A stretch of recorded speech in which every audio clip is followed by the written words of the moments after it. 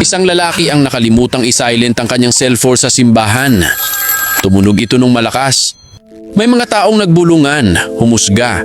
Pati ang pare, pinagalitan siya. Dahil sa sobrang hiya, umalis siyang mabigat ang loob. Kinagabihan, pumunta siya sa isang bar.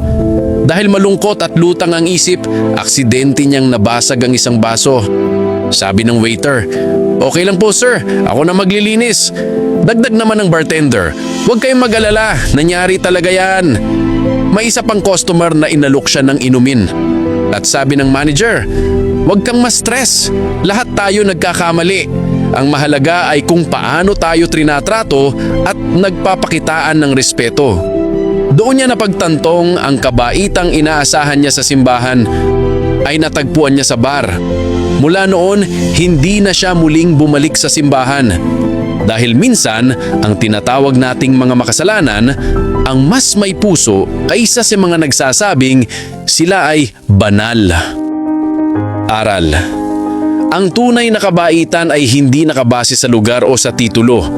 Nagmumula ito sa pusong handang umunawa, magpatawad at sumuporta.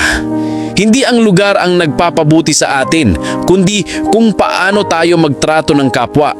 Dahil sa huli, hindi malilimutan ng tao ang kabutihan mo at lagi nilang maaalala kung paano mo sila pinakisamahan.